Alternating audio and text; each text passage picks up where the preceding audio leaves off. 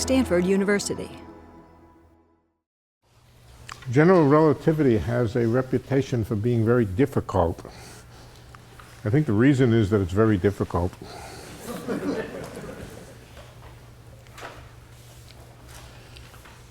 It's kind of calculationally intensive. Indices and symbols.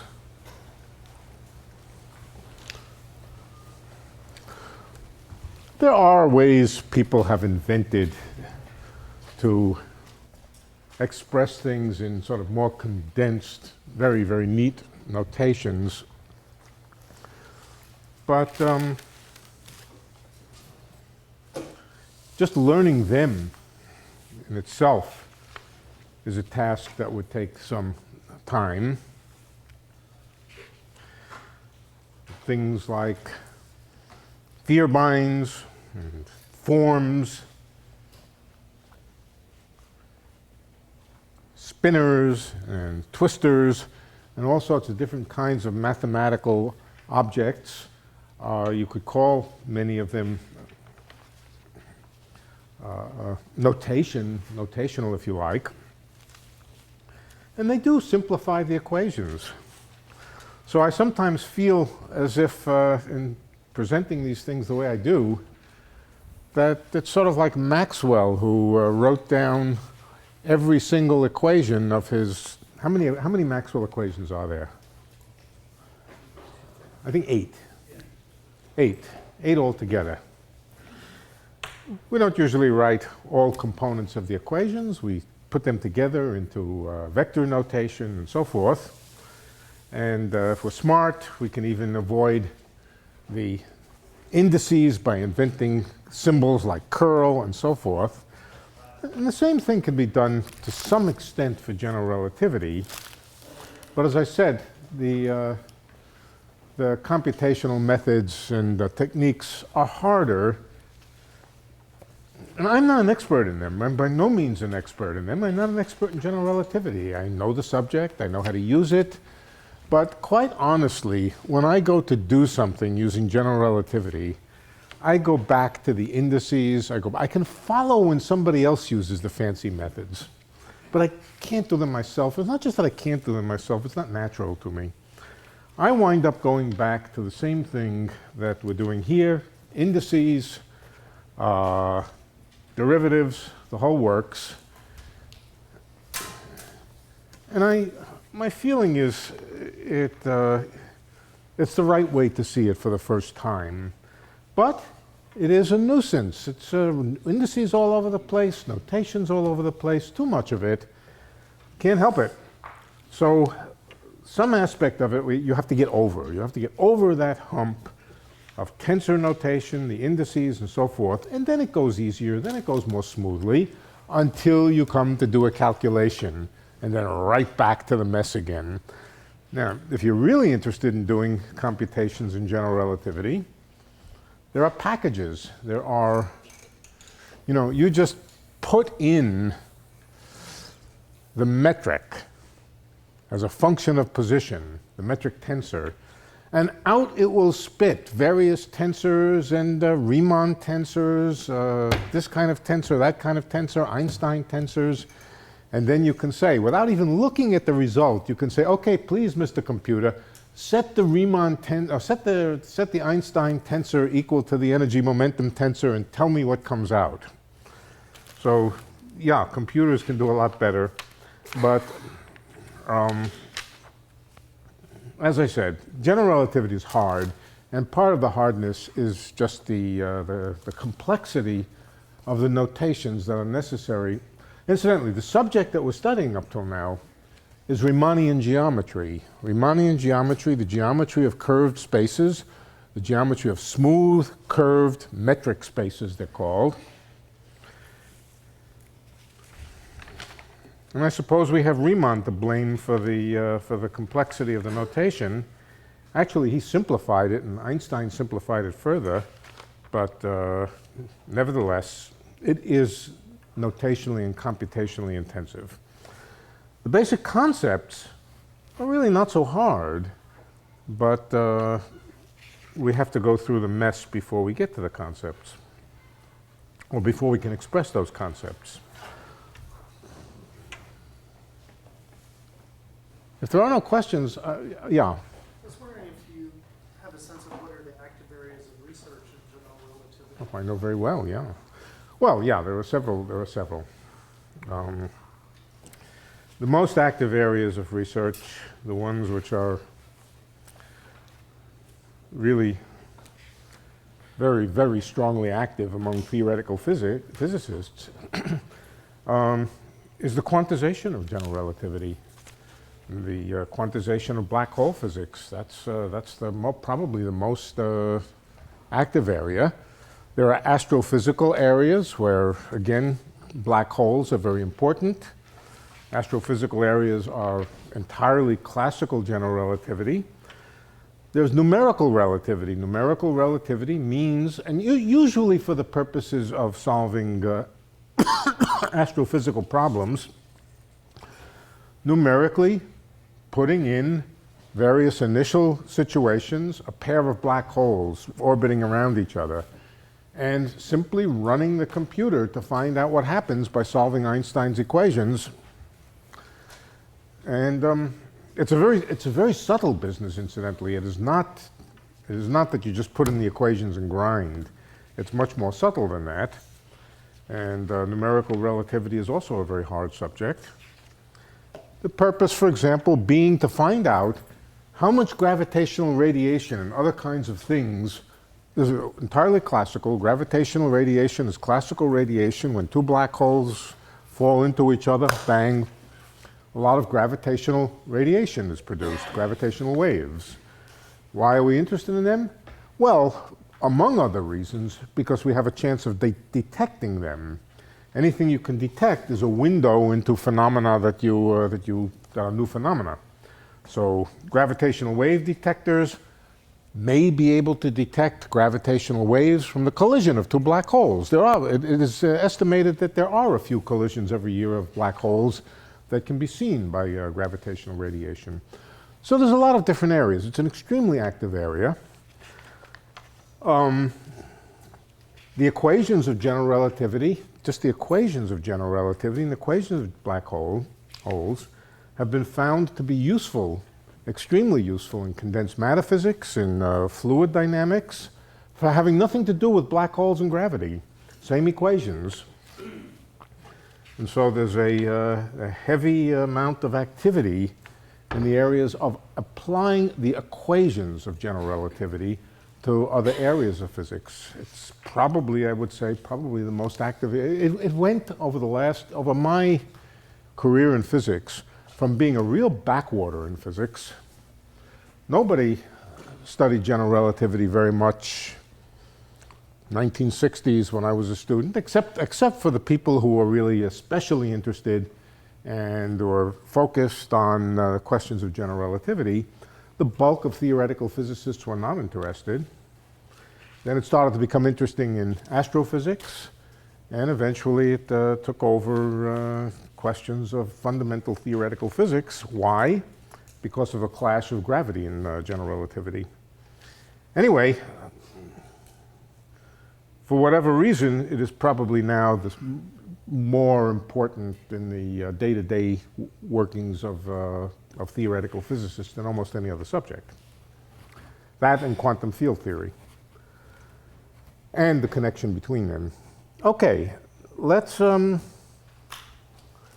today will be the last day in which we'll be studying Riemannian geometry as such without really discussing gravity.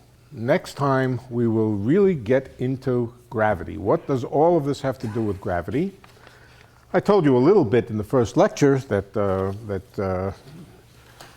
the problem of finding out if there's a real gravitational field as opposed to just some funny coordinates in which you're expressing space and time, which leads to curved trajectories, but not really curved trajectories.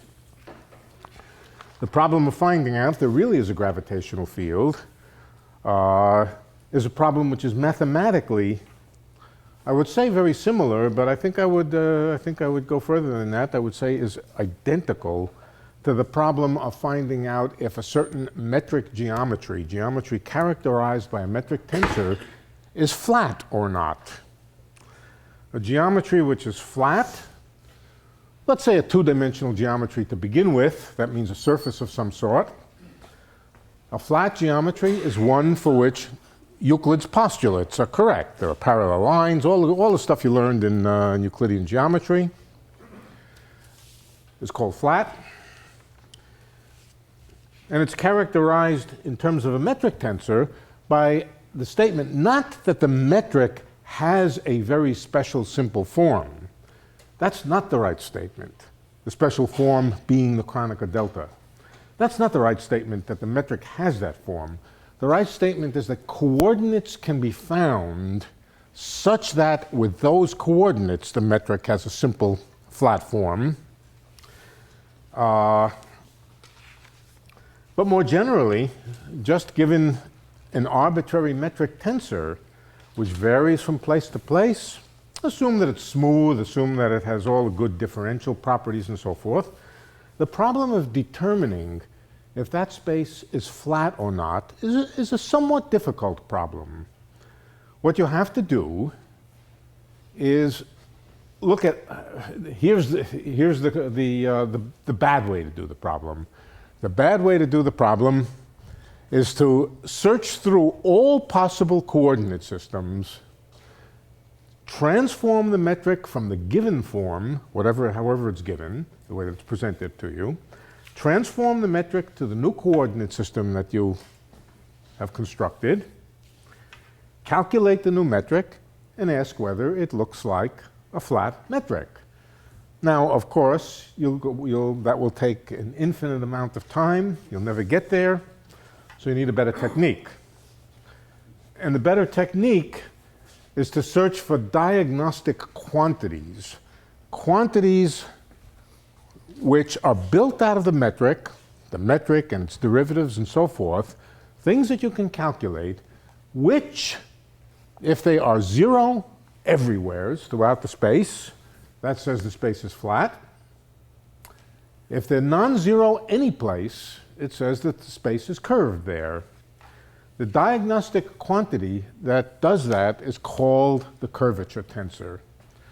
Today's goal is to get to the curvature tensor of a Riemannian geometry. And it's a complicated goal, I warn you. You got to pay attention or else you'll fall asleep. This is a very soporific subject. I'll try from time to time to tell a joke or whatever to keep you awake. But on the other hand, if you can follow it, you've learned a lot, and it is very interesting. I think you'll find it very interesting. I'll try not to make it too boring. Okay.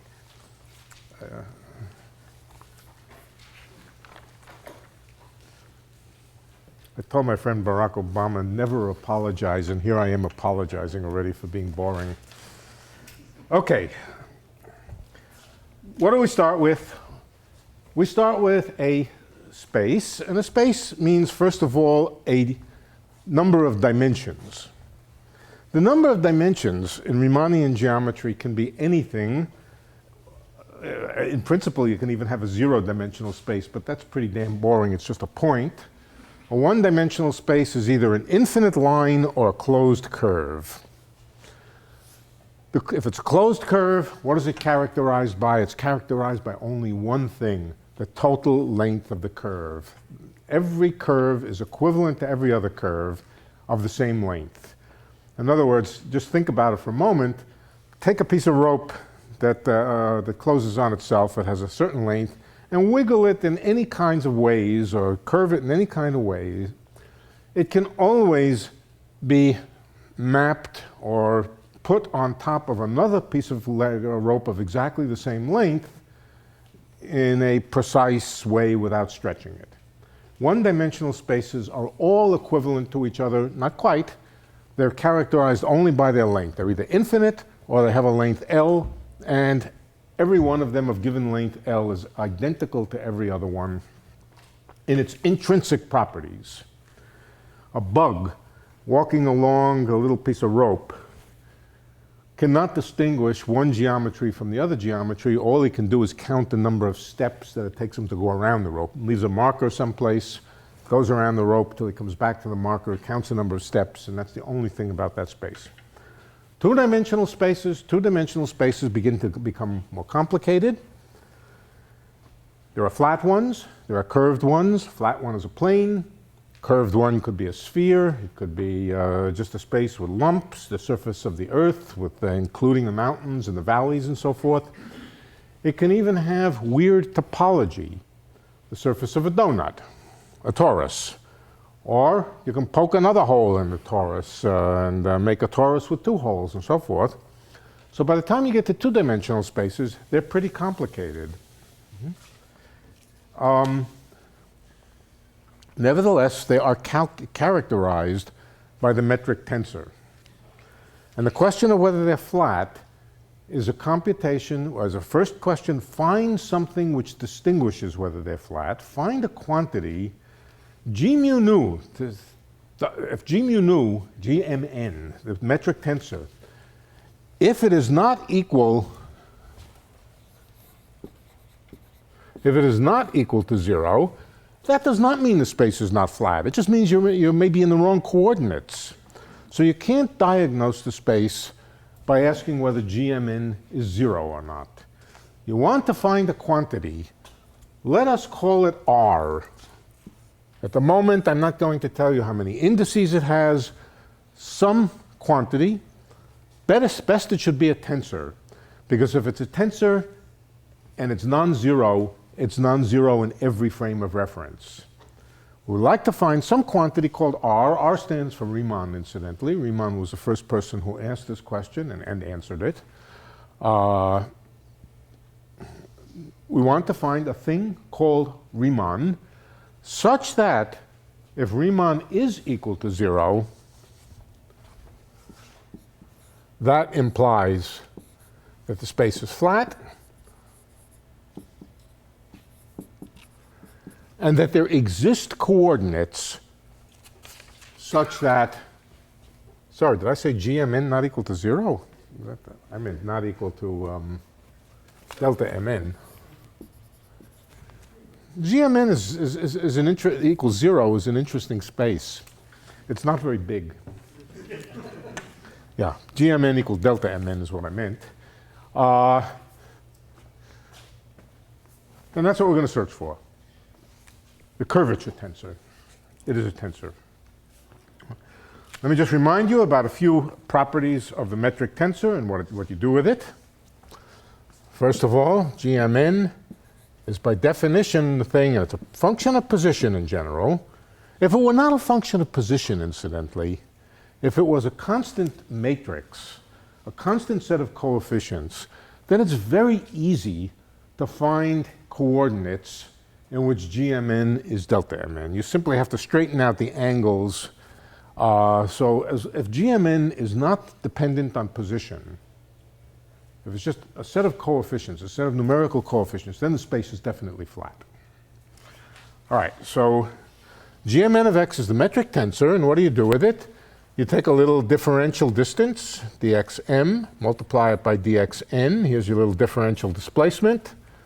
It's characterized by a set of differential coordinate shifts, dxm, dxn. You multiply them together, and that gives you the square of the length between the tail and the arrow and the head of the vector. That's equal to ds squared. S standing for spatial distance, I suppose. All right, now, the metric tensor is a tensor. I think we proved that last time. And the way you see that is just by saying ds squared, that's an invariant quantity. All coordinate, let's call them coordinate systems, all coordinate systems should agree about the length of a given little vector. And if we take that same ds squared and write it in y coordinates instead of x coordinates, the length has to be the same And that's sufficient to prove that GMN really is a tensor and that it transforms like a tensor.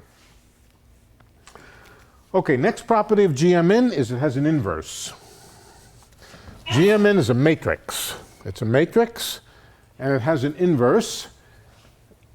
The inverse satisfies the following equation. It's written again as a matrix. When I say it has an inverse, I mean it has an inverse as a matrix. GMN is a matrix with entries, and it has an inverse, GMN, which is written with upper indices. They are, in fact, contravariant indices. And the properties of GMN with upper indices are such that if you multiply it by G, let's call it NR, and sum over N, but I don't have to sum over N because Einstein tells me that an upper and a lower index like this are automatically to be summed over. This is the sum. This actually corresponds to taking the matrix GMN and multiplying it by the matrix GNR,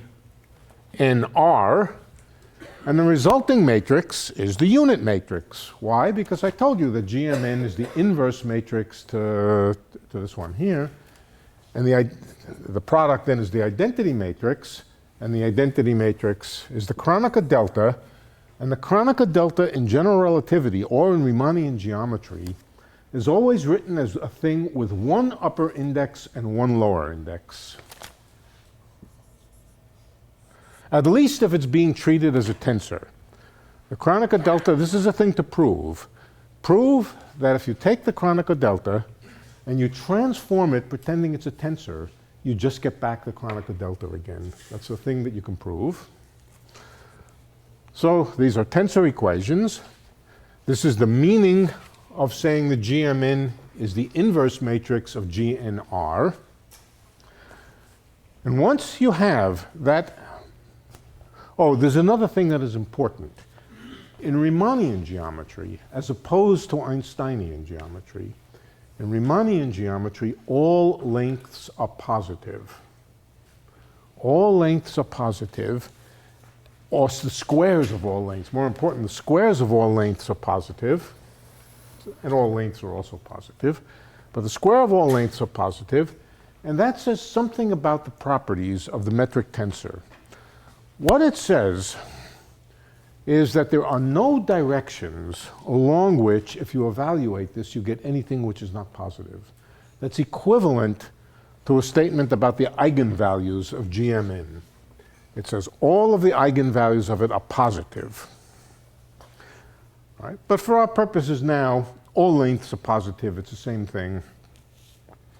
And it does say something about the metric tensor.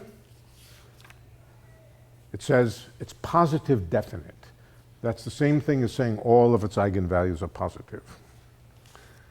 That will change when we go to the theory of real gravity. That will go when we go to Einsteinian geometry. All right, the metric allows you to do something. It allows you to raise and lower indices. If you have a contravariant vector, or better yet, you have a vector which has contravariant components Vm, contravariant means upstairs, you can put it into correspondence with another vector with covariant indices, and it's really the same vector. We talked about this a little last time. I told you the difference between contravariant and covariant indices. And the way you construct the covariant components are the words I'm looking for. The covariant components of a vector given its contravariant components is just to multiply it by the metric tensor, GMR, and, let's call it GMN, and sum over M. This is now G sub n, or V sub n. Likewise, this is something that you need to prove. Given a Vm with upper indices, this, if you like, can be thought of as the definition of the lower, of the covariant component of a vector. How do you go back? Well, you have to solve this equation, but it's very easy to solve, and I'll tell you what the solution is if you know the inverse matrix with upper indices, namely Vm is equal to Gmn Vn. So if you know the upper indices, if you know the covariant, the contravariant components of a vector, this is the way you build its covariant components. And if you know the covariant components, this is the way you build the contravariant components. There's a little bit of a proof here that you have to do, namely, you can see what we have to do. You have to check that these two are compatible with each other, but they are. Okay. To what extent can you force the metric to look like a flat metric? To what extent, assume the metric is not necessarily a flat metric. When I say flat metric, I will mean not only is the space flat, but that the coordinates are such that Gmn is equal to delta Mn. If that's the case, this space is definitely flat. But to what extent, given any space, can you find coordinates such that Gmn might be, for example, the Kronecker delta over some limited region, or approximately over some limited region equal to delta Mn? All right, so here's a theorem. There are coordinates at every point. These coordinates are coordinates which are good in the immediate vicinity of a point. They're not global coordinates. They don't cover the whole space. They're just good within the immediate vicinity of a point, which means they're good up to some order in little displacements away from this point, namely second order. All right. Coordinates called Gaussian normal coordinates.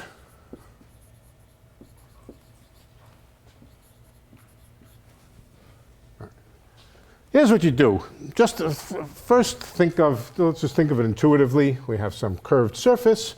We go to some specific point, and we draw coordinate axes. We draw coordinate axes, and we keep those coordinate axes as straight as we possibly can. Later we'll learn that the term for as straight as possibly can curve is a geodesic, but you make as straight curve as you can. You have a little bug. The little bug moves on this surface, and he moves following his nose, going as straight ahead as he possibly can. And that defines one coordinate axis. Then he comes back to a point and goes off in right angles, does some surveying to figure out where right angles to his little line are, and goes off in another direction as straight as he can, and then builds coordinates based on those. The theorem says that first of all, at every point you can choose coordinates, as I said, Gaussian normal coordinates, such that, first of all, at that point, Gmn is equal to delta Mn at x equals x0. This point is x0. You can do that in more than one way. If you find coordinates in which it's true, you can rotate the coordinates. You can rotate the coordinates, and if you rotate them, that just corresponds to rotating the coordinates in different axes and so forth. So there's more than one way you can do it. Next, you can choose your coordinates. You can straighten out these lines to a degree where the derivative of the metric with respect to any direction, well, let's put an xr here, any direction, the derivative of any component of the metric with respect to any direction in space can be set equal to 0. That you do by choosing these curves to be as straight as possible. I'll tell you how you prove it in a minute. It's actually very easy to prove. It's just a counting problem of counting how many variables there are and how many equations there are, but I'll show you in a minute. Okay, finally, Excuse me, yeah, is that just at x zero or throughout? say it again. Is that? No, only at x equals 0. At, sorry, not at x equals 0, could be x equals 0. Right, At x equals x0. If you try to extend that same coordinates away from that point, no matter how you try to extend them, then in general, unless the space is flat, if you try to extend the coordinates away from that point, you'll find out that the derivatives, the higher derivatives of gmn are not equal to 0. And in general, for the general generic situation, the second derivatives, let's say with respect to some xr and some other xs, those in general cannot all be chosen equal to 0. Except, of course, if the space is flat. Okay. So at a point, there is no content really in saying that the metric can be chosen to be flat-like, let's call this flat-like, even up to first derivatives. That can always be done. It's in these second derivatives that somehow the fact that the space is either flat or not flat starts to show up. All right, first of all, how do you prove this? Well, this is actually not hard. Let's take our point of interest to be the origin. Let's just take it to be the origin. Let's set it equal to 0.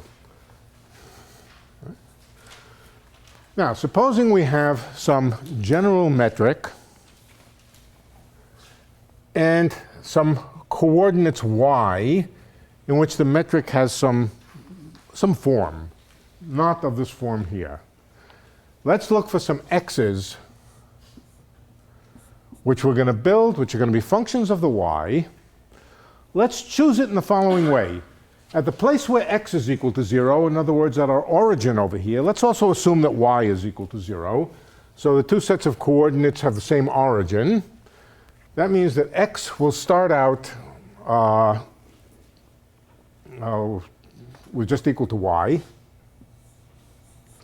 xm equal to ym. And then, in the next order, we'll have some set of coefficients. I'm simply expanding x in powers of y. The next order will be something quadratic in y. So let's put something quadratic in y here. We'll call that c, m, and let's put here n and r and put xn, xr. That's the most general quadratic thing that I can write down. Oops, sorry, y's. yn, yr. And then things may get more complicated later. Okay. How many such, let's pick a number of dimensions of space. Let's pick a number of dimensions of space. Let's pick 4 dimensions of space. How many such coefficients are there? Well, how many combinations yn, yr are there? The answer is 10. Try counting them. There's y1 squared, y2 squared, y3 squared, y4 squared, y1, y2, y1, y3, y1, y4, y2, y3, y2, y4, and y3, y4. Did I miss any? I think I have every possible thing here which is quadratic in y, and there's 1, 2, 3, 4, 5, 6, 7, 8, 9, 10 of them. So there are 10 possibilities here. How many components of the metric are there? There are 10 yn, yrs, so that means n and r give you 10 possibilities, but then for each n and r, you have an m. That means there are 40 independent coefficients here. 40 independent coefficients. The most general x that you can build to quadratic order has 40 independent coefficients here. Now, how many independent components of G are there? The answer is 10. So how many equations does this correspond to? 10 components, and setting all of their derivatives equal to 0 means that this is 40 equations.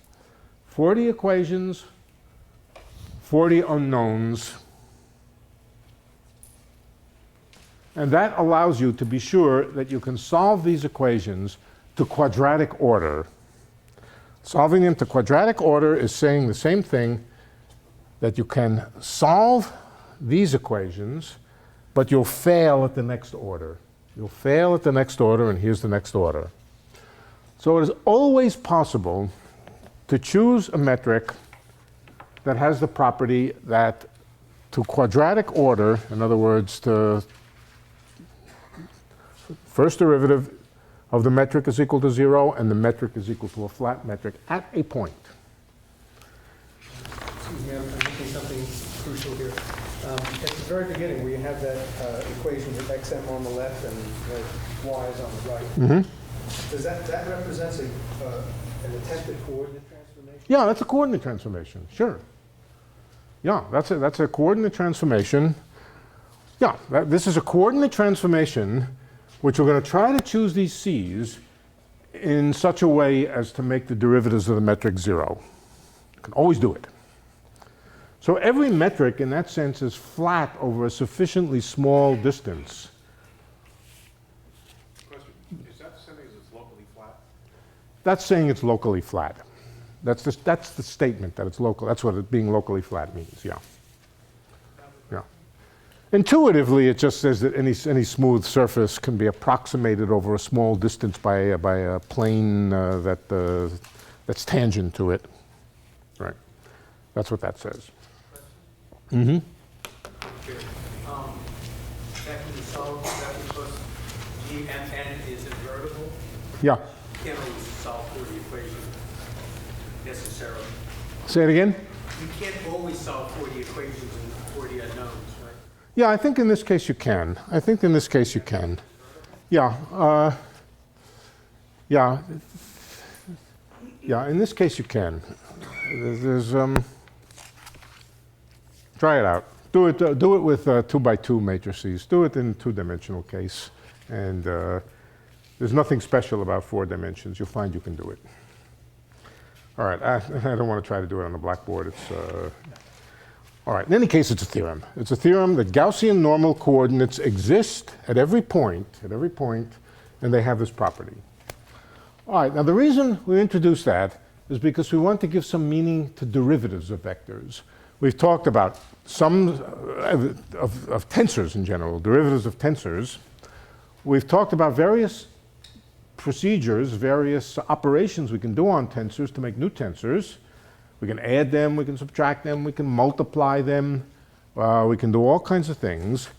Can we differentiate them? In particular, if we have a tensor which is a function of position, that means all of its components are functions of position.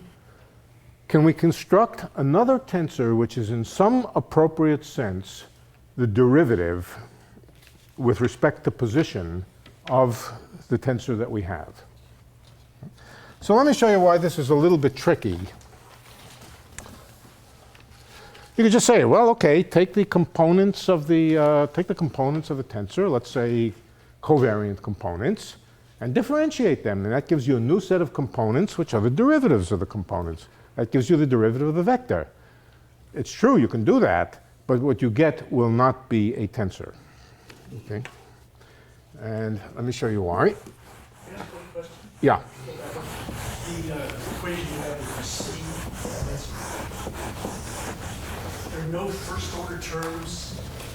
This is first order. You mean zeroth order? Yeah. Yeah, that's right. It's not that there are no zeroth order terms. It's just I said, let's choose the origins of the two coordinate systems to be at the same point.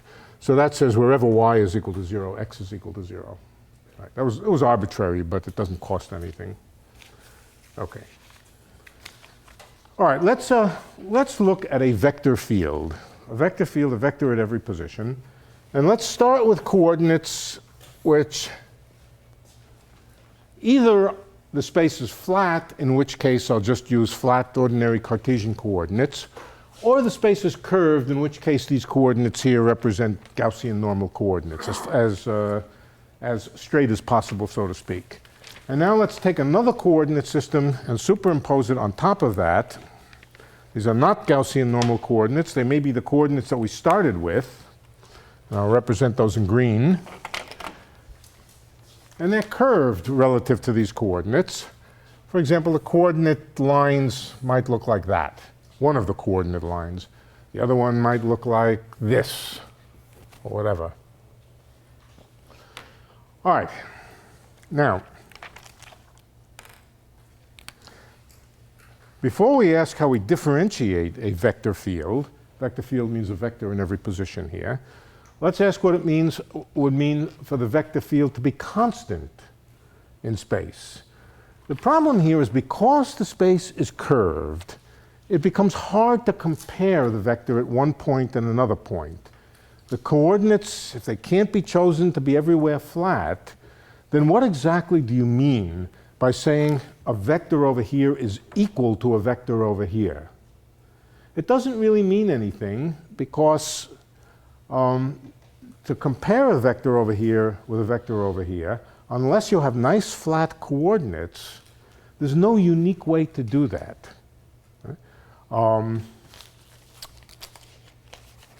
So let's look at it for a moment. If the space is flat, really flat, then I think I know what it means for a vector over here to be the same or to be equal to a vector over here. It means it's equal. It points in the same direction and has the same length. On the other hand, does it say that, I'm thinking about the green coordinates now. Let's think about the green coordinates. In the black coordinates, the components of this black vector and this black vector are clearly the same in the nice Cartesian coordinates. But what about the coordinates of this vector here and this vector over here along the green axes? In fact, let's even take a special case. Let's take this vector to be vertically up so that we know that it only has a y component in the flat coordinates. And let's assume that this vector over here is equal to this vector. It points in the same direction in flat space. Are its coordinates along the green axes, are they the same as the coordinates along the black axes? No. This coordinate along the green axis here is different than the coordinate along the black axis here. And in fact, this vector would have both x and y components along the green axes, whatever the green axes happen to be. Has both kinds of components. So it's clear that even though the vectors are the same, the components are not the same. So you cannot judge when you have curvilinear coordinates, and in general you will have curvilinear coordinates, you can't judge by whether the components, either covariant or contravariant, you can't judge whether the vector is constant in space. Right? Another way to say the same thing is that in one coordinate system, the derivatives, let's say with respect to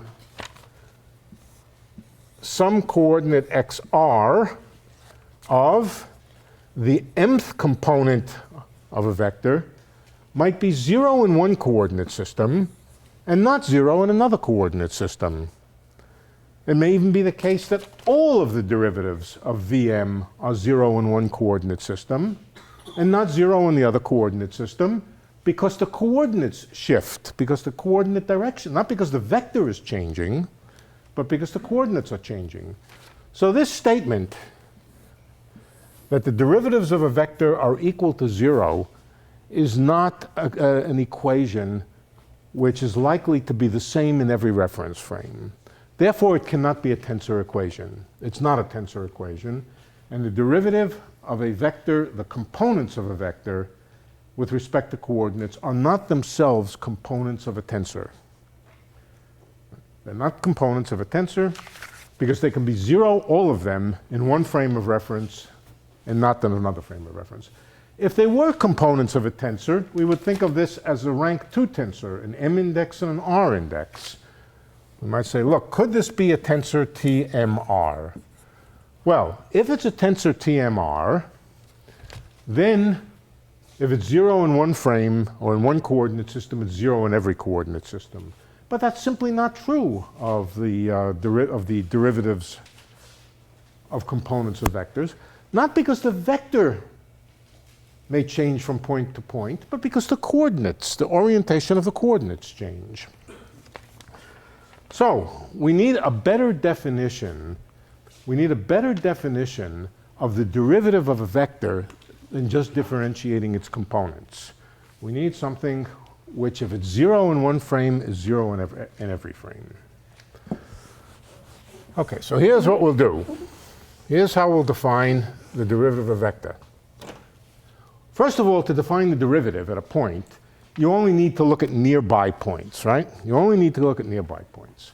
So the first thing you'll do is to construct Gaussian normal coordinates near that point. Gaussian normal coordinates. They're as straight as possible. Then, let's put this vector a little bit closer just to indicate that it's like that. Then, pretending that the Gaussian normal coordinates are really nice flat coordinates, shift this vector so that its origin is the same as the starting vector over here. In other words, shift it, keeping its components fixed and constant in Gaussian normal coordinates. All right, so in the Gaussian normal coordinates, I keep the components of this vector fixed, and I compare it with this vector over here. Just shift it down to here. And the difference between these two is the thing that I will use to define the derivative. The derivative will be the difference between these two divided by the little separation along this axis here. In other words, to differentiate a vector, differentiate it in Gaussian normal coordinates. They are the ones which are closest of all to Cartesian coordinates. The derivatives in the Gaussian normal coordinates define the derivative. Okay, now, when you differentiate a vector in general coordinates, you'll get two terms. The two terms come, one term comes because the vector may be changing, and the other term comes because the coordinates are changing.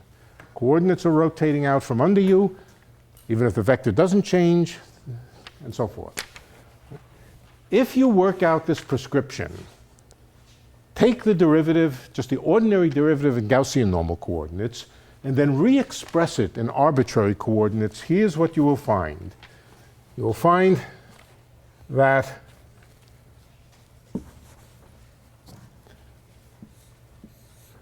the derivative, which will now be called capital D, along the r-axis of the components of a vector Vm in arbitrary coordinates are not just the derivative with respect to r of Vm, but there's another term.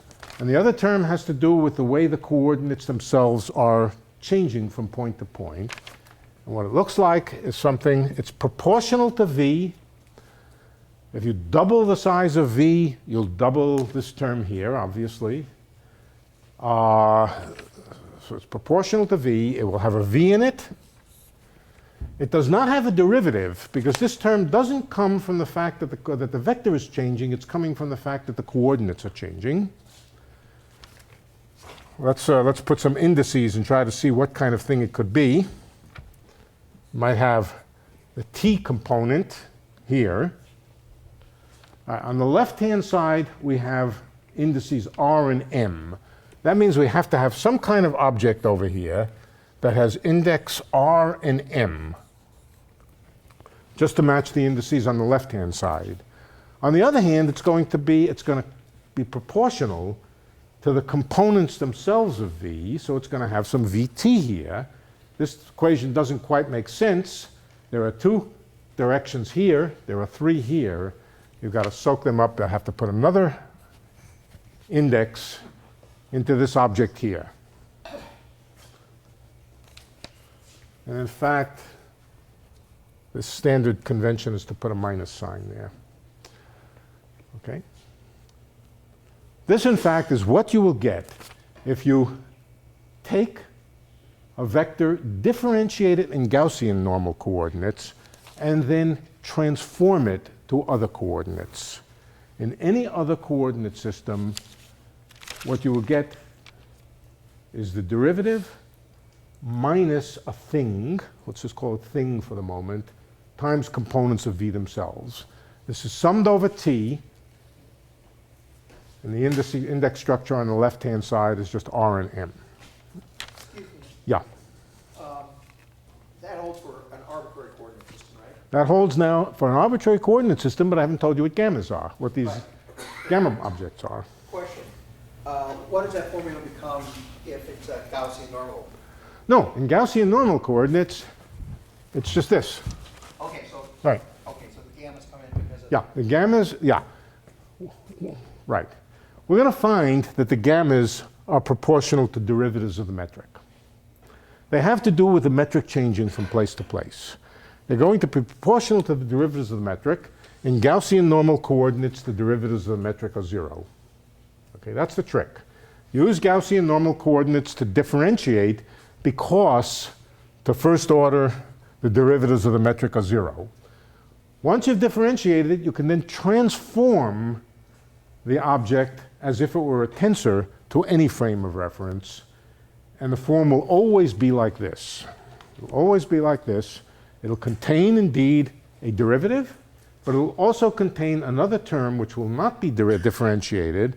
And it has to do with this, as I said, it has to do with the fact that not the vector is changing from point to point, but the fact that the coordinates are changing from point to point.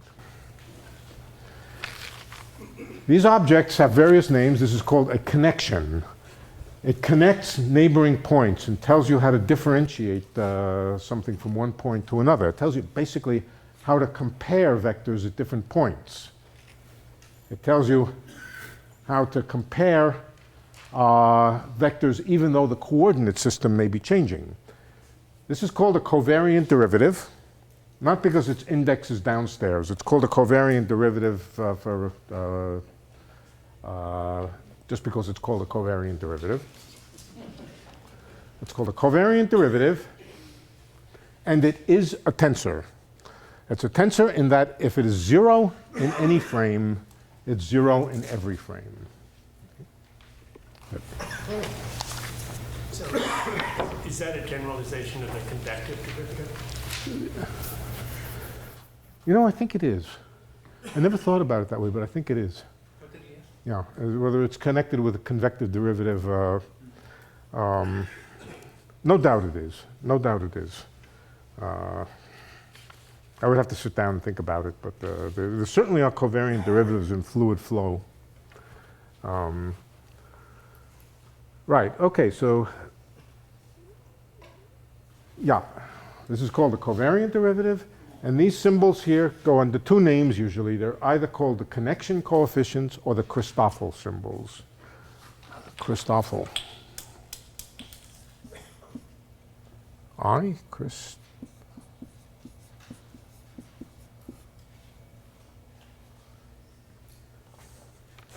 They've also been known on occasion as Christoffel symbols, and they are they're not that complicated, but they're complicated enough. They're unlikable enough. Okay. Now, one fact about them that follows, I'm not going to prove every single thing I say because there are just too many little pieces, but they're easy to check. It follows from the definition. Namely, the definition is you differentiate in Gaussian normal coordinates, and then you treat the object as a tensor and transform it as a tensor with two indices. It follows as a theorem, it's an easy theorem, but it's a little too intricate to do on the blackboard, that this Christoffel symbol has a symmetry. The symmetry of the Christoffel symbol is that gamma T Rm is equal to gamma Tmr. It doesn't matter which order you put m and r, they're the same. Right? That follows. There are generalized Riemannian geometries. They're called geometries with torsion. Geometries with torsion, the symmetry is not true. But those geometries are not widely in use in ordinary gravitational theory. Ordinary gravitational theory is Riemannian geometry. It follows from the principles that I laid out. And gamma Rm is equal to gamma Mr. You know, So it's just the gamma that's the Christoffel symbol, not the gamma. Yeah.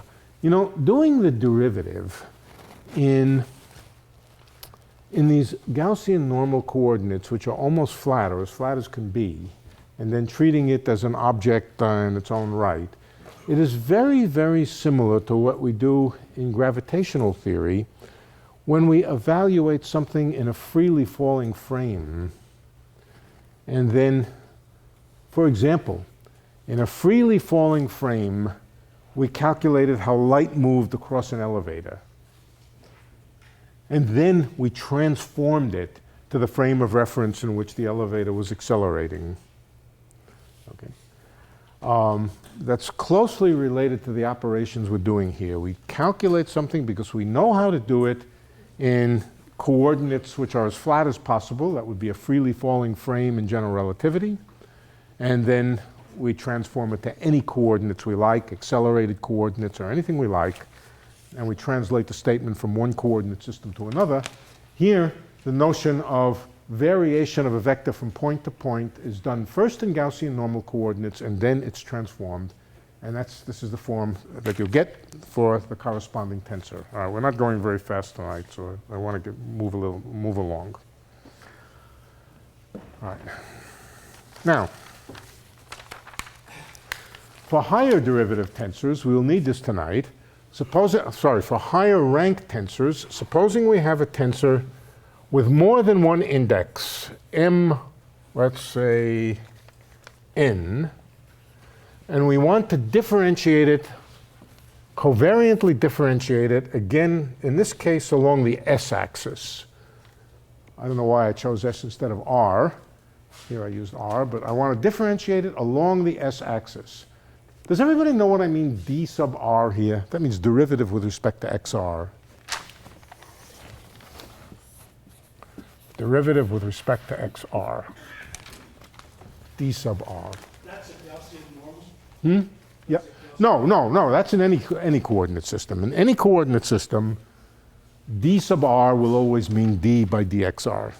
No, but I mean, in this equation, is that a Gaussian normal? Which equation? The one you drew the arrow around, the one you've been talking about for the last 7 minutes. This one here. Yeah. No, that's in any coordinate system. In Gaussian normal coordinates, this term isn't there. In Gaussian normal coordinates, you just differentiate. In Gaussian normal coordinates, everything is easy and ordinary. The derivative of a vector is just the derivative. In arbitrary coordinates, there's another term. Okay. You can work that out by transforming, just by doing transformations. Yeah? Two things. When you say that in normal, Gaussian normal coordinates, the covariant derivative is just the derivative, that's only at the point. Yes. Only at that point, right. And question, are the Christoffel symbols, are those, is that a 2-1 tensor or whatever? No, it is not a tensor. Not a tensor. This is intended to be a tensor. We're going to try to choose gamma so that this is a tensor. This we know is not a tensor, and therefore this cannot be a tensor. Right? No, the gammas are not tensors. In fact, they're built up out of derivatives of the metric. In a coordinate system in which the derivatives of the metric are 0, the Christoffel symbols are 0. But a tensor, if it's 0 in one coordinate system, is 0 in every coordinate system. So they can't be tensors. And they're not. Okay. Let's just, before we go and figure out what the gammas are, we're going to work them out. They're not that hard to work out. There's a trick. Let's write this down. It's the analog of this, except for every index in the tensor, there is a term like this. There is a term for every index, and I'll show you how it works. There is a Christoffel term for every index. So, for example, we start out by hiding n. Let's hide n and pretend that this was just a vector. Then we would write that this is the derivative of t with respect to xs, that's the first term here, and then we would put a term gamma s m, let's see what I used here, smt tm. But now I expose the n here, and I put it in on both sides. But I'm not finished. I have to do exactly the same thing covering up m. Cover up m, I won't try to do it, but I have another term here where m is passive, n is active, and so we get gamma s nt t mt. Look at the form of it for a minute. Oh, minus signs. Minus signs are wrong. Same as here. Minus signs as here. Notice if I covered up the second index, tmn. If I covered up every place the second index, it would look exactly like the covariant derivative of a vector. If I covered up the first index, it would look exactly like the covariant derivative of a vector. Say it again? You're right, this should be m t. Thank you. Yeah. Paralleling this over here.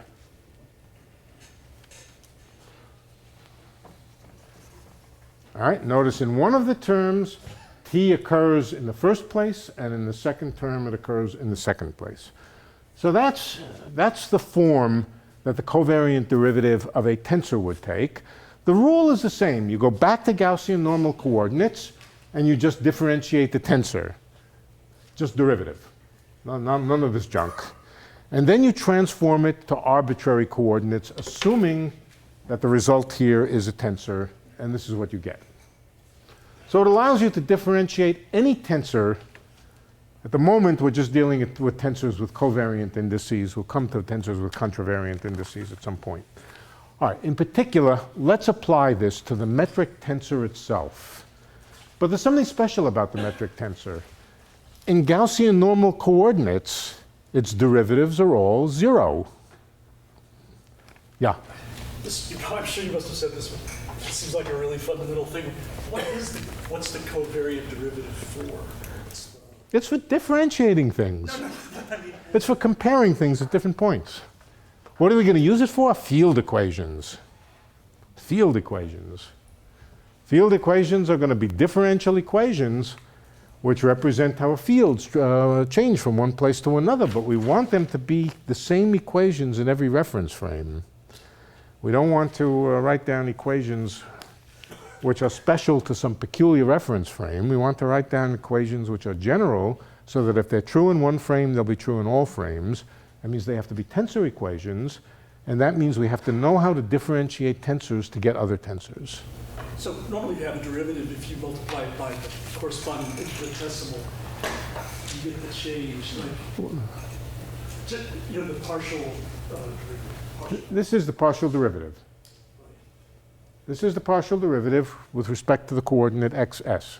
But I mean, I'm trying to sort of probing for the covariant derivative, what it is. Is there some differential you would multiply times the covariant? Yes, absolutely, absolutely. And what is that? Dx. If you wanted to know how a thing changes from one point to a neighboring point, you would just multiply this by dxs. But isn't that what the partial derivative is? No. I say it again. The point is that the components of the vector may change even if the vector doesn't.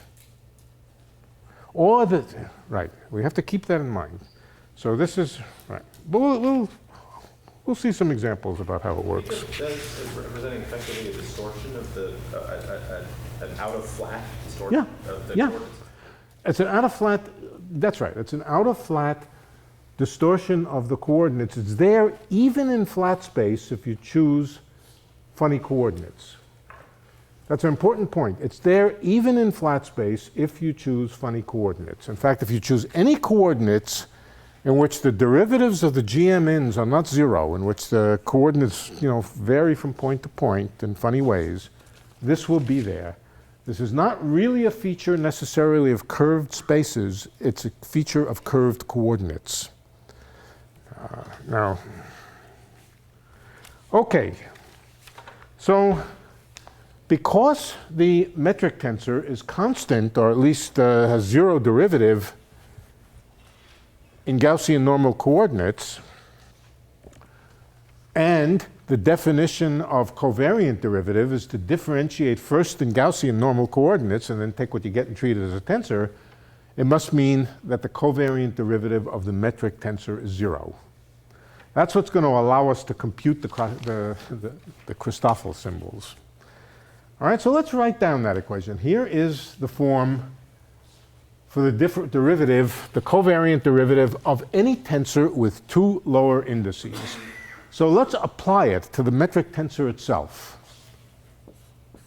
ds of gmn is equal, first term, dgmn by dxs minus gamma t sm gtn minus gamma t sn gmt. All I've done is rewritten this equation, and now I'm going to add that the covariant derivative of the metric tensor is equal to 0. Why? Because the ordinary derivative is 0 in Gaussian coordinates, in Gaussian normal coordinates. All right, now, let's write the same equation, except permuting the indices, interchanging s and m and so forth. This is the equation for differentiating with respect to s of gmn. By inspection, why am I doing this? I'm doing this because I want to get as much information out here about things like this as I can, and then try to see if there's any way that I can manipulate the equations to isolate and figure out what gamma is. So it's, people who are experienced at this sort of thing look at it and say, I know what to do. If you don't know what to do, I'll tell you what to do. You do it once, and then when your friend comes and asks you, how do you find the Christoffel symbols, you'll say, I know what to do. I'm experienced. Okay, so you do the same thing, except now I'm going to interchange s and m. Just permute s and m, and that means we're going to write down dm of gsn. How do I do it? I just do it by interchanging or replacing s by m and m by s, and that gives me derivative of that's Sn with respect to xm minus, now, interchanging S and M here doesn't change anything because S and M, from the symmetry here. So this is the same thing, gamma SMT, GT, let's see. We're just interchanging S and M, GTN. And then over here, so we're interchanging S and M, so this is gamma MNT, GST. And of course, for exactly the same reason, this is also equal to 0. And finally, there's one last possibility. Here, S is the odd man out, M and N go together. Here, M is the odd man out, S and N go together. And the last one is dN of GSM. And let's see. I think I'll just copy it down. Equals d by dxn of gsm minus gamma snt gtn, no, gtm minus gamma mnt gst, and that's equal to 0. Now you stare at this for a few minutes. Yes, how can I either add these, subtract these, or do something clever that will isolate only one of these terms with the gammas so that I don't have a horrible bunch of equations, but basically only one equation. So I'll tell you what to do. Call this equation 3, call this equation 2, and call this equation 1, and add equation 3 to 2 and subtract 1. And we'll see what happens. We'll see what happens. First of all, of course, we will get these derivatives. We'll get this derivative plus this derivative minus this derivative. So let's put them down. On one side of the equation, I'm going to transpose all of this junk to the other side. Okay, so on the left side of the equation, we will get dn GSM plus dn GSM, no, dn mg, the GSN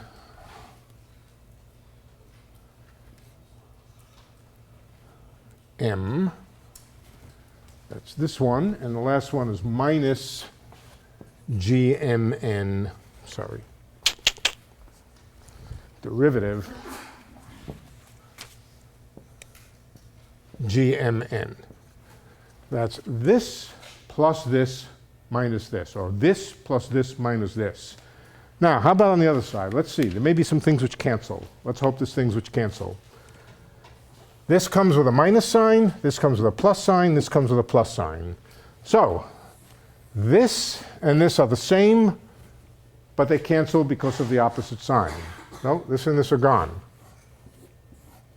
They are gone. What else is gone? GTSN, here it is.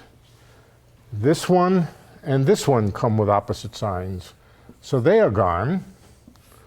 We're left with two terms, but they're the same. So we're in luck. We can write that this is equal to twice, bringing it over to the right-hand side, twice gamma mn t GST.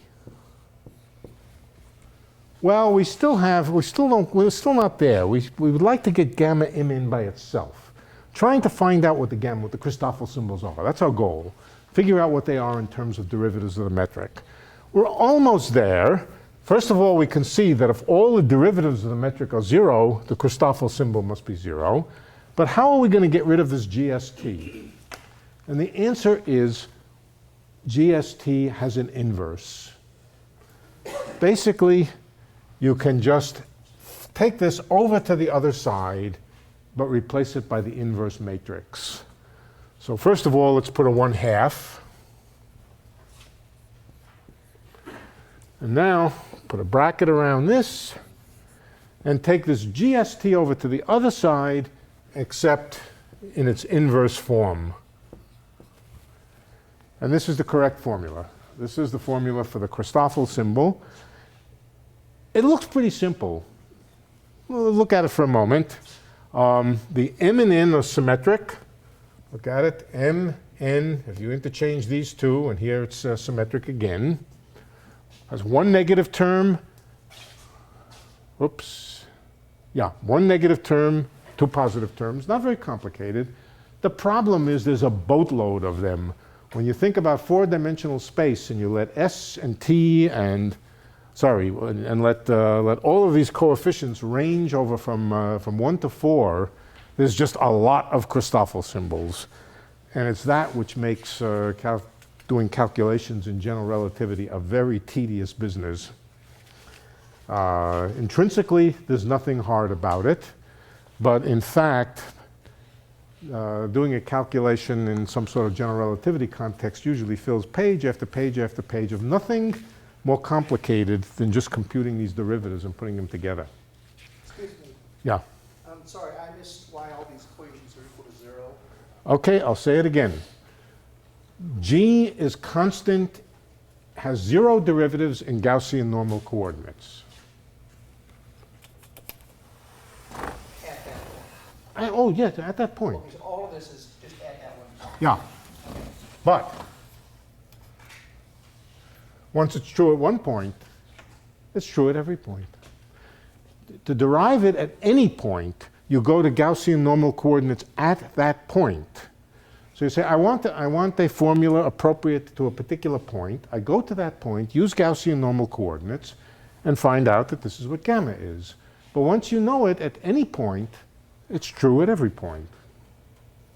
So this is the connection between gamma and the derivatives of g at every point. The thing is that this is not a tensor. It's not a tensor, and so it can be 0 in one frame of reference and not 0 in others. For example, in Gaussian normal coordinates, at that point, this is equal to 0, but in some other coordinate system, it's not. Even more, take ordinary flat space. In flat space, you can find coordinates in which the g's are constant everywheres in flat space. But you can also find other coordinates in which they're not constant. Polar coordinates, the g's are not constant. In Cartesian coordinates, they are constant. The Christoffel symbols can be non-zero even if the space is flat. In fact, they generally are. They are in polar coordinates. Yeah.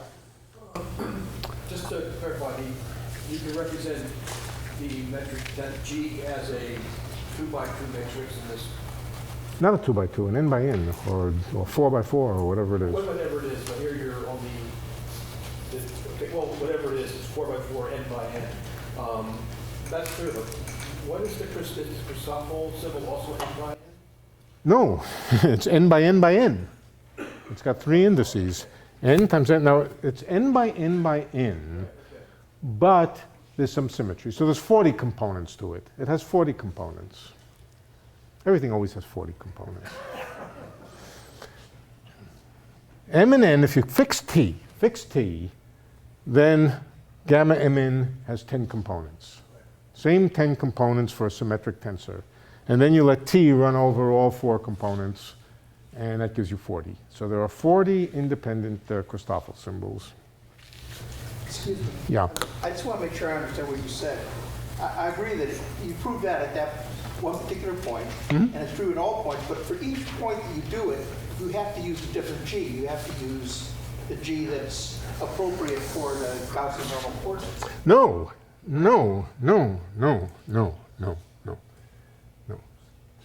You have some coordinates which are general coordinates all over the place. And I want to know how to differentiate at that point. So at that point, I go to Gaussian normal coordinates. I do my differentiating, and then I relate it back to the coordinates that are general coordinates which cover the whole space. At each point, this is what you do.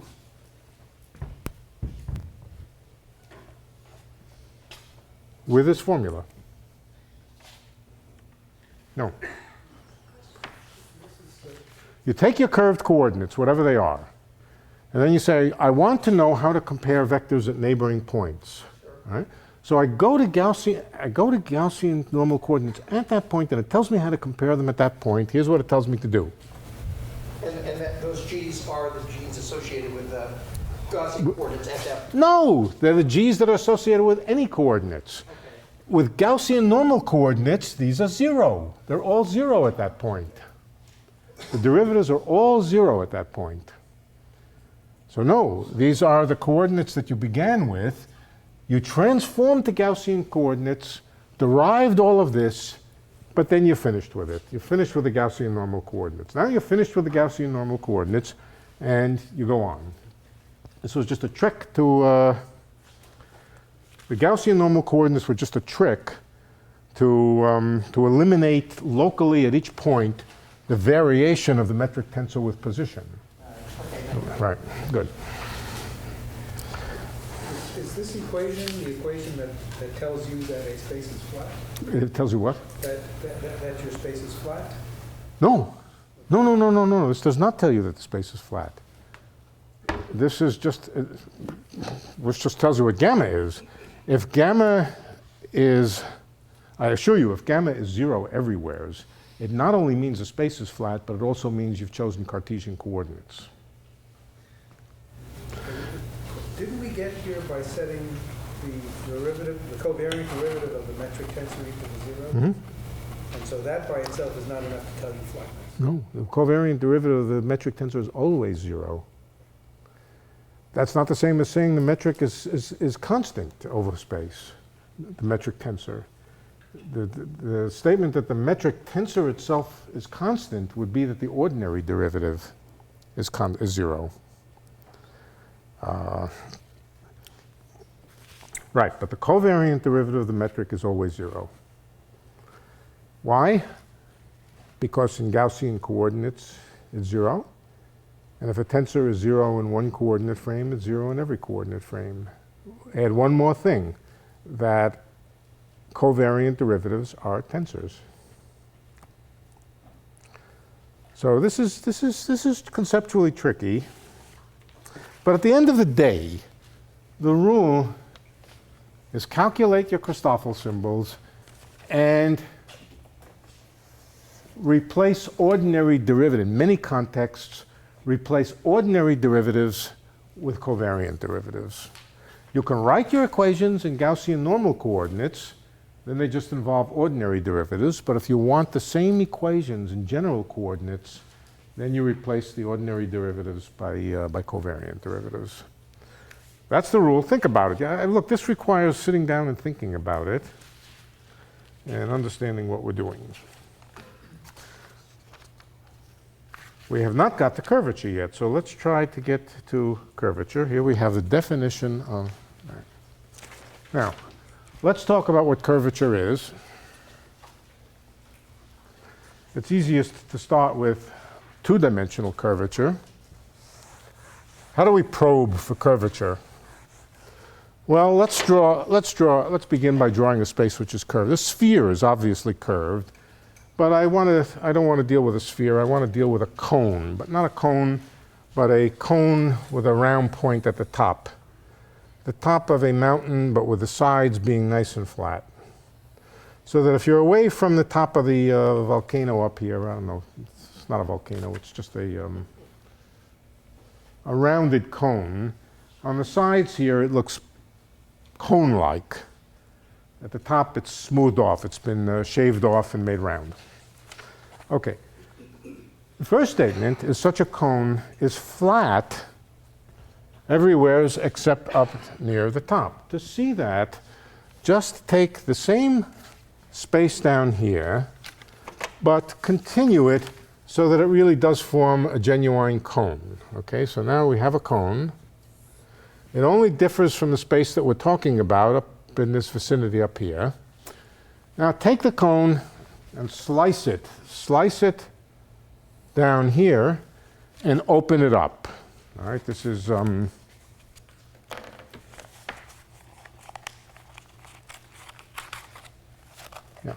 here's a cone. Slice it down here and open it up. It's clearly flat. It's clearly a flat space, but it's a kind of question. Okay. Open it up, and what does it look like? It looks like, depending on the angle of the cone up here, it looks like a flat space, but when you cut it and opened it up, there was a piece cut out of it. Missing, a missing piece. I don't have a scissor. I should have brought a scissor. I didn't bring a scissor. All right. Take a piece of paper, cut it, cut out a wedge of a given angle, and then glue it together, and you make a cone. And the cone has a tip up here. The tip is clearly not flat, but the rest of the cone is flat. You cannot flatten this. It's like a coffee filter. You can't flatten it down on the table without tearing it. But if you cut it anywhere, as if you cut it and open it up, you can lay it out and make it flat. Scissors?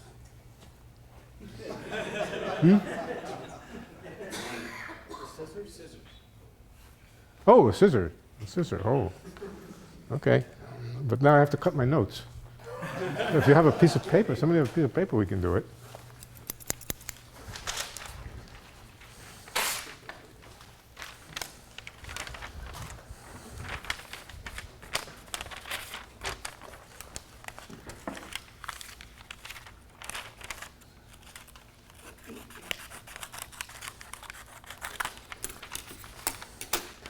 All right, I've cut out a certain angle, and now when I sew them together or glue them together, in this case it made a kind of flat cone. I could wear it as a hat. Okay? If I cut out a bigger angle, I'll make a more acute angle at the top of the cone. For example, I can cut out a large angle. I cut out a larger angle, and now when I sew it together, it makes a pointy cone, except I can't really do it because, yeah, I think you get the idea though, huh? Yeah, it makes a pointier cone. So the bigger the angle that you, thank you, the bigger the angle that you cut out, the bigger the deficit angle, it's called the deficit angle or the conical deficit. The bigger the conical deficit, the pointier the cone.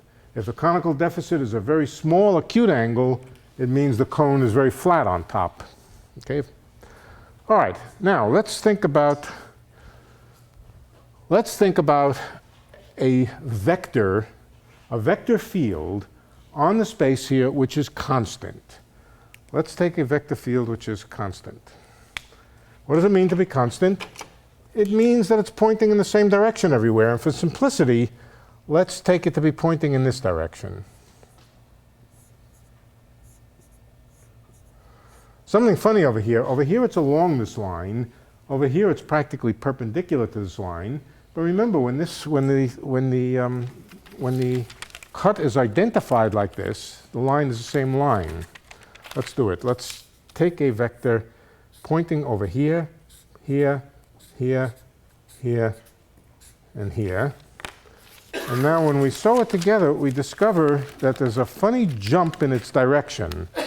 It's pointing along the cut here, and it's pointing in some funny direction here, even though when you open it up, you see they're all in the same. Did you see that, or was I hiding it?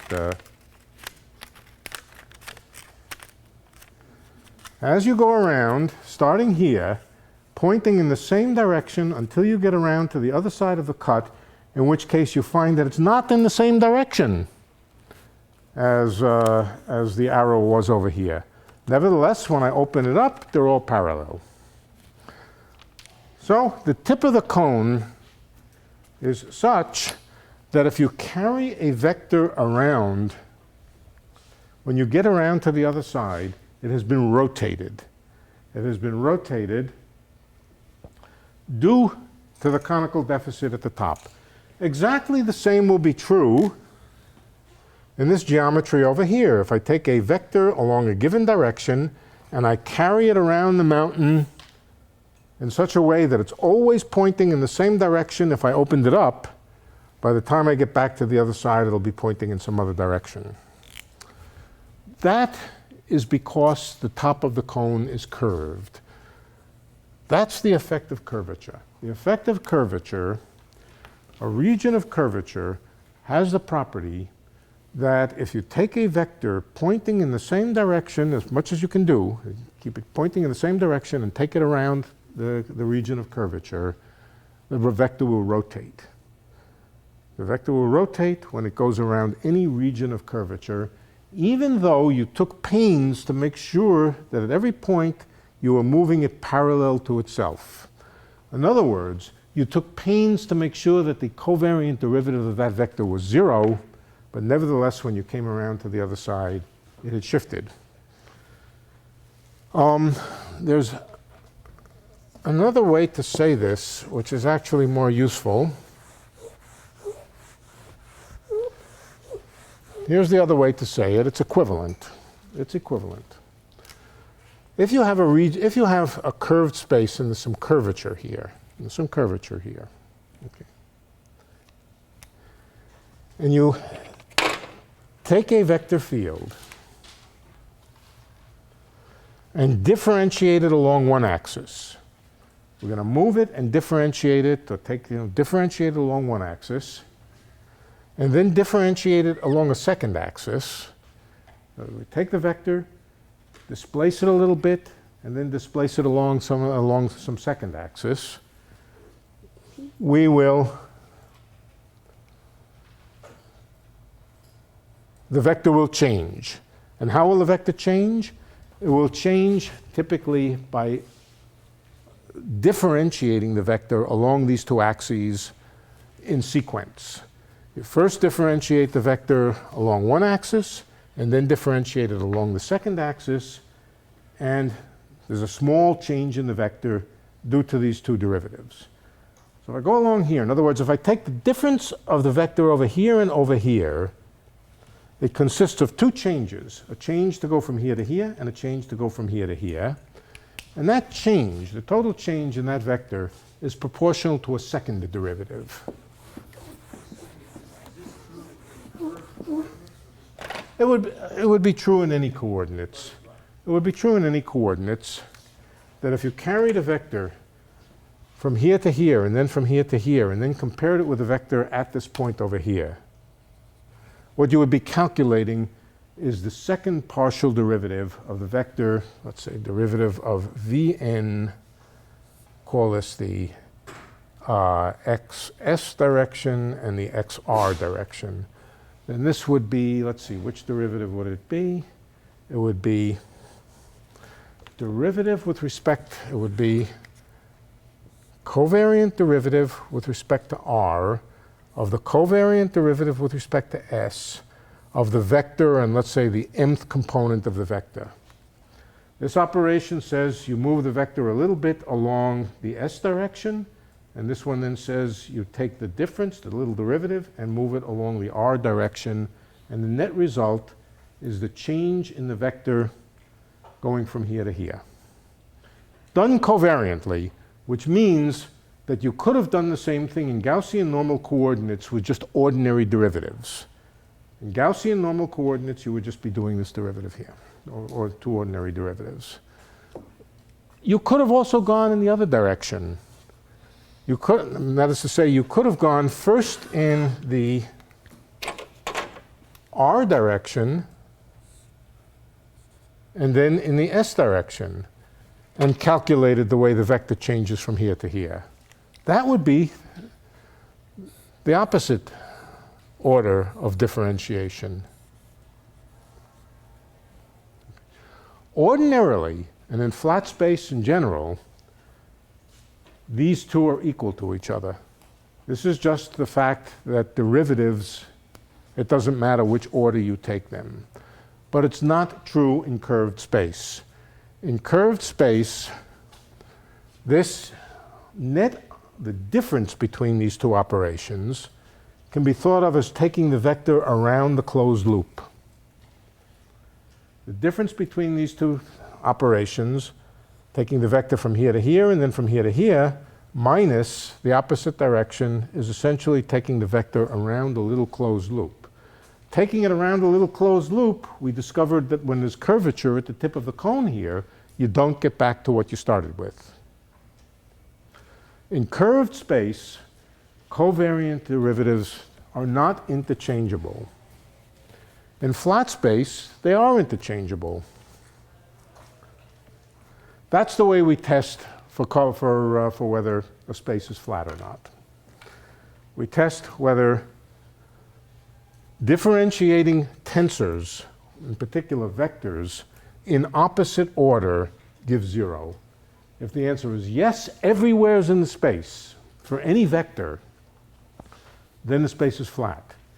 If we discover that there are places in the space where the order of differentiation gives different answers, then we know the space has some kind of defect in it, or it has curvature. It has curvature analogous to the top of the mountain. So all we have to do, it's a little bit complicated, but it's not that complicated, is compute the second derivative of a vector, the second covariant derivative of a vector, in opposite order and compare them. I'll tell you what to do. You're going to do it. I'm not going to do it on the blackboard. It's too late. It's easy. It's really quite easy. It's mechanical. It's a mechanical operation. I'll tell you what the steps are, and I'll tell you the answer. And it's entirely mechanical. It's just pure plug-in.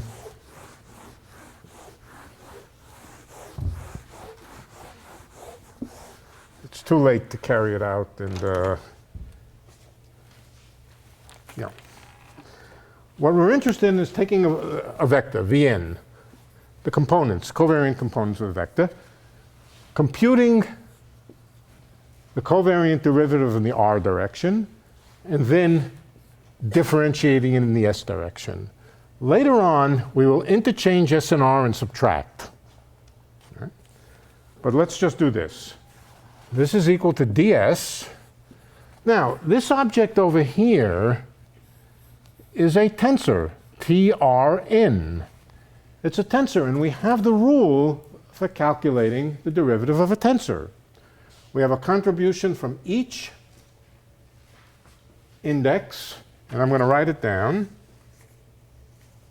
I'll write down the answer. I'll write down the, let's see. It's ds of dr of ds of drv, no, drvn minus gamma rn t vt. I've just stuck in here the covariant derivative of Vn. So that's what's in this box here, just this thing over here. Now we have to differentiate it again using this formula. We have a two-indexed object, and let's see if I can, let's see. I'm going to leave it to you to calculate. Let's see. All right, I'll write down one further equation. It's ds of drvn minus gamma pn. Oh, brother. No, it's getting too late. I don't want to try to write it down. I'm going to leave it for you to do. Just pure plug-in. Pure plug-in. You plug in for tmn this object over here. Plug it right into there, or right. Calculate the second derivative, and then compute the following. ds dr of Vn minus dr ds Vn. That corresponds to the difference between the two ways that you could get from here to here by going through this direction or that direction. And I'll tell you what you get. You get something called R.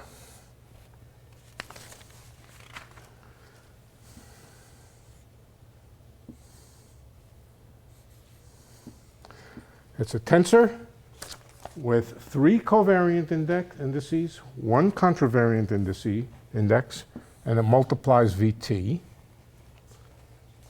where this is pretty easy, except that R is a little bit complicated, and I'll tell you what R is.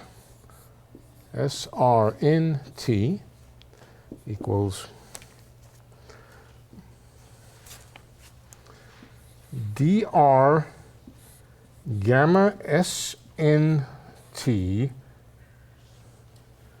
minus ds gamma RNT plus gamma SNP gamma PRT minus one more term gamma RNP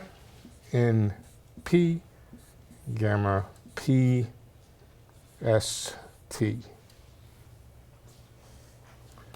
2 terms involving derivatives of the Christoffel symbols and 2 terms involving products of Christoffel symbols.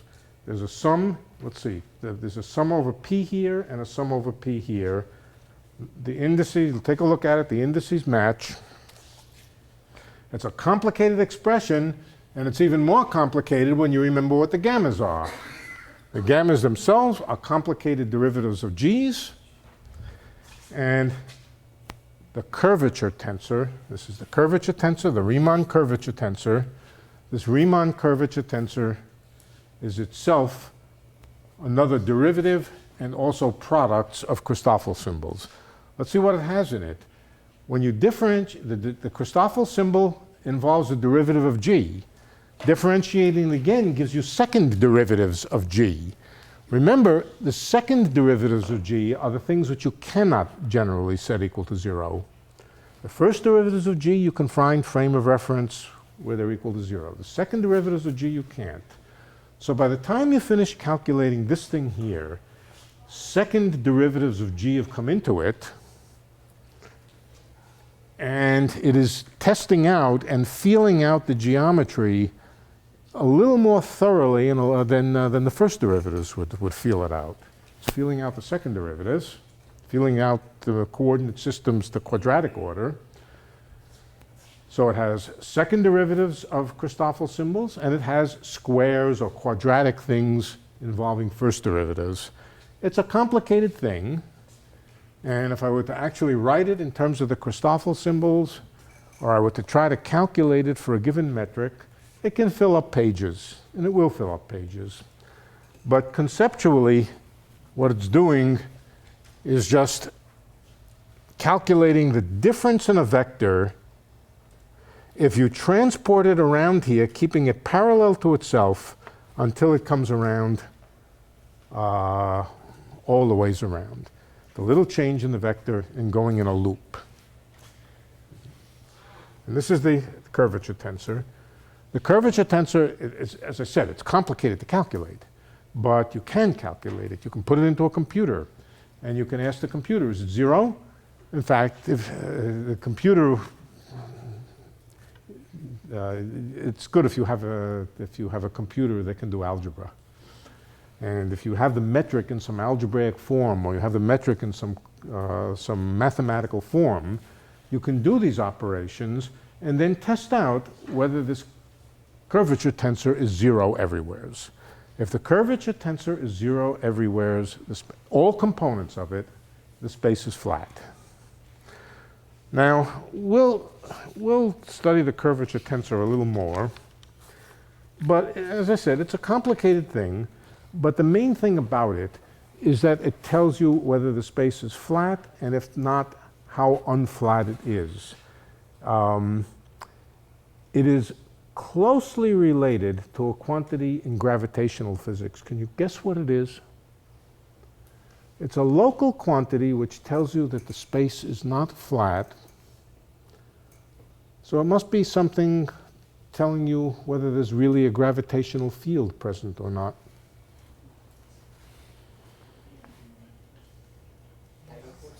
Tidal forces. Tidal forces. Tidal forces. It's exactly related to tidal forces. Those things which in a gravitational field squeeze one way, stretch the other way. That's what these things are. And in fact, they really are the tidal forces. Tidal forces are represented by the curvature tensor. You could sort of see something like that if you were to imagine, imagine you have, again, this kind of conical geometry. It doesn't have to be conical geometry, but something which is flat far away. Yeah, let's say it's flat far away. Nice and flat far away. And somewhere in the center it has a bulge so that it's curved.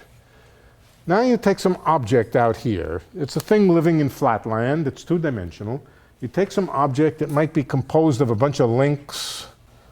There might be a bunch of triangles connected together, links. And then you start moving it. As you move it in the flat region, nothing happens to it. It's perfectly happy. It doesn't get stretched. It doesn't get distorted. It doesn't get deformed. It doesn't get squeezed one way and stretched the other way. But now what happens when you try to move it into the curved region? When you try to move it into the curved region, it simply can't follow the curvature without having to stretch its links. It has to follow the metric properties of the curved space. And in particular, if you go around a little closed loop in this space of links here, what you're doing is sampling this double covariant derivative here, and what you're going to find out is that when you go around a little closed loop, some angle shifts from what it would have been in the flat space. The angle shift, the length shifts when you try to push this up into here. It gets stressed. It gets deformed, it gets stressed, it gets stretched, and so forth. And the measure of how much it gets stressed locally is exactly this curvature tensor. This curvature tensor is telling you how the system gets deformed as it moves up into the region of curvature. That's why it's connected with tidal forces. So it really is an important property. If you're in a region where there's curvature, you feel it. You feel it as a distortion. If you're in a region of a gravitational field, let's say a uniform gravitational field, uniform gravitational fields don't have curvature. And that's why in free fall, in a perfectly uniform gravitational field, you simply feel nothing. Okay, so the next time we will enter into gravity land, we will talk about what you have to do to change from Riemannian geometry to Einstein geometry. And then we will study a particular example. The particular example is the Schwarzschild geometry. The Schwarzschild geometry is the geometry of a black hole or a star or any gravitating mass, and see what we learn. We've left out one subject that was in my notes for tonight, and it has to do with geodesics, but I guess we'll have to do that, but we'll do that after we start thinking about gravity, real gravity a little bit. Okay, I wish I had a way to make this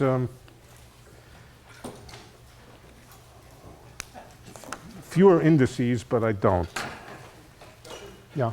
In the first class, you said that one of the differences between a accelerating object and an object in a gravitational field is the latter is tidal force in the form of the rod. Yeah. Does that imply that when you're, trying to analyze a accelerating object that is not in a curved space, it's a flat space, and that's a fundamental difference between accelerating objects and object gravitational field? It's the difference between looking at an object in free fall from an accelerated coordinate system or accelerated frame of reference and a non-accelerated frame of reference, or looking at a system which has a genuine gravitational field on it. In other words, you can simulate what looks like a gravitational field for many purposes by just an accelerated frame of reference. But it won't cause tidal forces. If you have a real gravitational field made by real matter out there, then it produces tidal forces.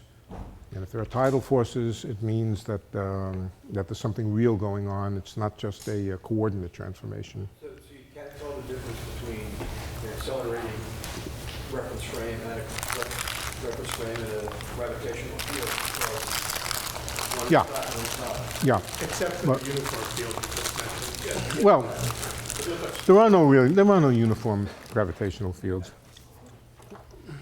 The real gravitational field of the Earth looks like this. It's not uniform. It produces tidal forces. It varies from place to place. There's no such thing as a real uniform gravitational field. There's an approximation near the surface of a very big planet over a relatively small solid angle. The gravitational field looks approximately uniform. Now, there's another thing to say about it. Tidal forces have much less effect on small objects than on large objects. You can see that also is true of curvature. If I have a very, very small object here, and I move it around, if it's much, much smaller than the scale on which things vary, then it won't experience any great deformation. If you have a large object and you move it around, it will experience deformation because different parts of it get stressed differently. It's the same thing. Tidal forces have very small effects on very small objects. A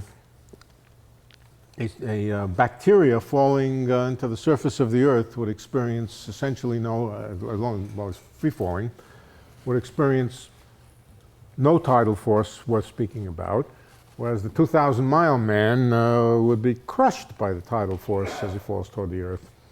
So when you speak about the strength of tidal forces, you have to discuss how big an object you're talking about. And the same thing is true here. When you speak about the effect of curvature on an object moving around in this space, again, it depends on the size of the object that you're talking about. And this correspondence is not accidental. It's literally the same thing. You have to calculate the curvature tensor at every point. Is it technically still an infinite problem? Yeah, it is. But very often you'll be presented with the metric tensor in some analytic form. There'll be even a formula for it. And with a formula, you can differentiate the formula, and everything becomes some analytic function that you can calculate. And when you look at it, if it's 0, it's 0. You're right. If you were just given numerically the metric tensor, you were just given a bunch of numbers at every point, a huge, big spreadsheet filled with loads and loads of numbers, you would have to check the curvature tensor at every point, and that is, as complicated as anything else. So where this is useful, there's situations where you know the metric in some analytic sense, in which you can calculate the derivatives, subtract them, do all the things you have to do, and then look at the analytic answer and see if the analytic answer is 0. Yeah. Right. So in that sense, it's the problem is it's not as bad as having to look at every possible metric and see whether you can make it. You have to look at every possible metric at every possible point. This is better. This is not as hard as every possible metric, right? Every possible coordinate system is what I meant. Every possible coordinate system at every possible point, until you find one which expresses the metric as being flat. This is easier. You calculate this one thing and you compare it from point to point. Okay. For more, please visit us at stanford.edu.